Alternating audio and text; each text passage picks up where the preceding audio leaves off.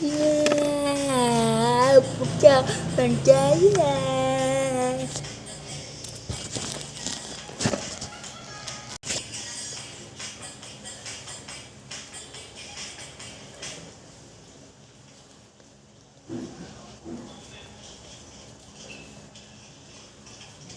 Thấy mình xinh không? Cho mình ra nha, nhớ đăng ký mình và là 1 triệu lượt xem nha. Các bạn nhớ đó.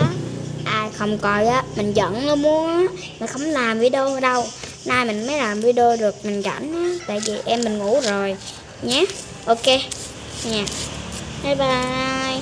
Tạm biệt các bạn vào ngày 19 tháng 5 năm 2000, ngày 19 tháng